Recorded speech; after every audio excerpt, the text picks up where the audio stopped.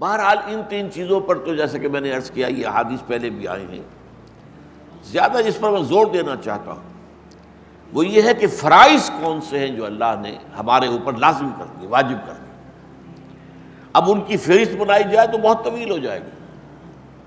جہاں بھی اللہ تعالیٰ کی طرف سے امر کا صیغہ آیا ہے وہ گویا کہ اللہ کی طرف سے اس شے کی فرضیت کا اعلان ہے. چنانچہ میں نے چند آیات آپ کو سنائی. یا ایھا الذین آمنوا آمنوا باللہ ورسولہ، اے ایمان کے دعوے دارو ایمان لاؤ اللہ پر، اس کے رسول پر، جیسا کہ اس کا حق ہے. پھر آپ کو معلوم ہے ارکان اسلام میں سے دو جو ہیں ان کا تو بار بار ذکر آتا ہے، اقیموا الصلاۃ وآتوا الزکاۃ، نماز قائم کرو اور زکوٰۃ ادا کرو. پھر نماز میں سے خاص نماز کا ذکر ہے جس کے لیے ہم جمع ہیں. اذا نودی للصلاۃ من یوم الجمعۃ فاسعوا الی ذکر اللہ وذروا البیع. اسی طریقے سے روزے کے بارے میں فرمایا شہر رمضان الذی انزل فیہ القرآن ھدی للناس وبینات من الھدی والفرقان فمن شہد منکم الشہر فلیصم. جو بھی یہ مہینہ پائے اس میں اس کے روزے رکھے. ہاں اس کے بعد رعایت ہے، اگر بیمار ہے یا سفر پر ہے تو قضا کر سکتا ہے لیکن تعداد پوری کرنی ہوگی. وَلِتُكْمِلُوا الْعِدَّةَ وَلِتُكَبِّرُوا اللَّهَ عَلَىٰ مَا هَدَاكُمْ. حج کے بارے میں فرمایا وَلِلَّهِ عَلَى النَّاسِ حِجُّ الْبَيْتِ مَنِ اسْتَطَاعَ إِلَيْهِ سَبِيلًا وَمَنْ كَفَرَ فَإِنَّ اللَّهَ غَنِيٌّ عَنِ الْعَالَمِينَ. اللہ کا حق ہے انسانوں پر، اپنے بندوں پر، کہ وہ اس کے گھر کا حج کریں اگر استطاعت رکھتے ہوں سفر. لیکن اگر کوئی استطاعت رکھنے کے باوجود نہیں کرے گا تو گویا کہ وہ کفر کا مرتکب ہوگا. تو اللہ تعالیٰ کو کوئی پرواہ نہیں ہے ان لوگوں کی کہ جو اس کے احکام کو توڑ رہے ہیں. وہ اللہ کا کچھ بگاڑ نہیں رہے، اپنا بگاڑ رہے ہیں.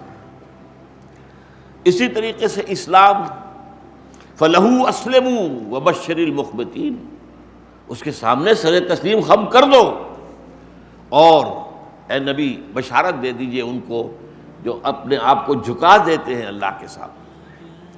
اسی طریقے سے ادخلوا فی السلم کافہ، اسلام میں داخل ہو جاؤ پورے کے پورے، جزوی نہیں، پورے کے پورے، پورا اسلام اپنے اوپر نافذ کرو. اسی طرح فرمایا اطیعوا اللہ واطیعوا الرسول واولی الامر منکم، اطاعت کرو اللہ کی اور اطاعت کرو اس کے رسول کی صلی اللہ علیہ وسلم، اور تم میں سے جو صاحب امر ہو ان کی. میں تفصیل میں نہیں جا رہا ان آیات کی، میں تو صرف گنوا رہا ہوں. اسی طریقے سے فرمایا یا ایھا الذین آمنوا اتقوا اللہ حق تقاتہ، اے اہل ایمان اللہ کا تقوی اختیار کرو جتنا کہ اس کے تقوی کا حق ہے. اسی طریقے سے فرمایا فابتغوا عند اللہ الرزق واعبدوہ، رزق مانگو اللہ سے اور اس کی عبادت کرو، اس کی پرستش کرو. اسی طریقے سے اے میرے بندو ان ارضی واسعۃ فایایا فاعبدون، میری زمین بہت کشادہ ہے بس میری ہی عبادت کرو. اگر کسی ایک جگہ پر ایسا ماحول ہے کہ تم میری عبادت نہیں کر سکتے تو چھوڑ دو اس جگہ پر، میری زمین کشادہ ہے، وہاں سے ہجرت کرو. اسی طریقے سے فرمایا کونوا قوامین للہ شہداء بالقسط، اللہ کے لیے مضبوطی کے ساتھ کھڑے ہو جاؤ اور قسط اور عدل اور انصاف کے گواہ بن کر کھڑے ہو جاؤ. یہی مضمون ذرا الٹی ترتیب کے ساتھ آیا ہے. یہ تو سورہ نساء کی آیت تھی، اور سورہ مائدہ میں فرمایا یا ایھا الذین آمنوا کونوا قوامین بالقسط شہداء للہ، اے ایمان والو عدل اور انصاف کے علمبردار بن کر کھڑے ہو جاؤ اور اللہ کے حق میں گواہی دینے والے بن جاؤ. اسی طرح فرمایا وجاہدوا فی اللہ حق جہادہ، اللہ کی راہ میں جہاد کرو جتنا کہ اس کی جہاد کا حق ہے.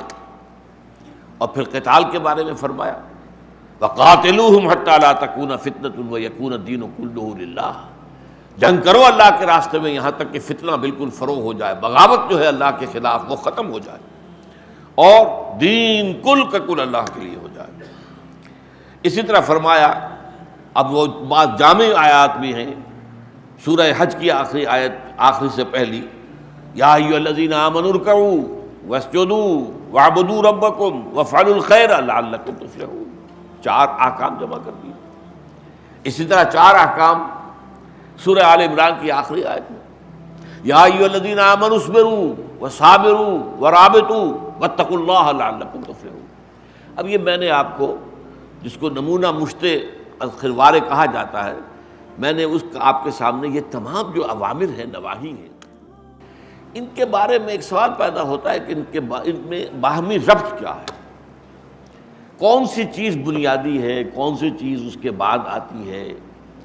اگر حفظ مراتب نہ کنی زندگی، اگر ان معاملات کے اندر بھی مراتب کا حق نہ رکھا جائے، کس شے کی کیا اہمیت ہے، تو ظاہر بات ہے کہ ہو سکتا ہے کہ ایک شے جو آپ سے 1 من بھر مطلوب ہے، وہ تو آپ 1 تولہ کر کے فارغ ہو جائیں، اور جو تولہ بھر مقصود تھی، مطلوب تھی، اس میں آپ 1 من جو ہے اس کے اوپر ڈھیر لگا دیں۔ تو یہ ساری چیزیں جو ہے نسبت و تناسب کا یہ الٹ جانا، یہ بھی انسان کی تباہی اور بربادی اور ناکامی اور آخرت کے خسران پر منتج ہو سکتا ہے۔